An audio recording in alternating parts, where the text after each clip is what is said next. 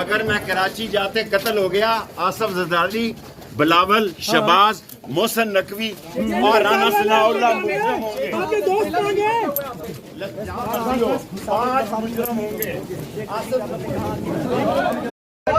यार मैं पीछे ही पीछे हो जा। मैं सच हूँ, पीछे हो जा, सच हो जा, पीछे हो जा।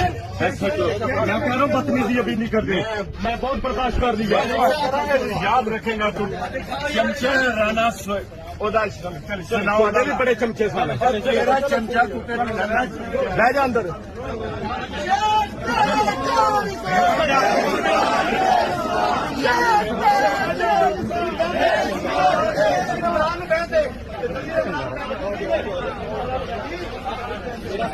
हटे हटे